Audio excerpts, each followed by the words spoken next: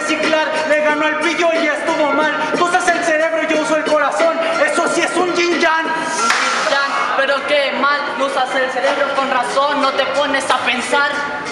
Dices que me las voy a preparar, no más es pensar, no reciclar. Ya lo había dicho, la voy a reciclar, con eso insisto. Me la pienso porque pienso y pues luego existo. Entonces lo descarto de este plano. Ah, no era lo descarto de este plano, es plano cartesiano. Plano cartesiano, este no lo aguanta. En serio, por favor, ni siquiera ya la aguantas. En serio, que no la aguantas. Plano cartesiano, pues te dejo la carta blanca. Me repitió 3 veces que este no lo aguanta. Es un puto gato nada más que este no levanta. Este pendejo ni siquiera aguanta. Le di 10 inyección hidráulica, le di la vuelta y no sentí nada. No sentiste nada, este man, por favor, yo no sé qué me viene aquí a contar.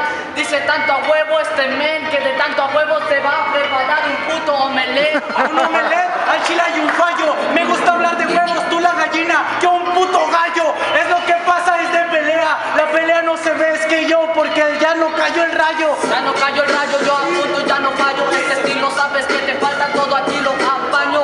De verdad que yo lo dispongo, soy la gallina porque los huevos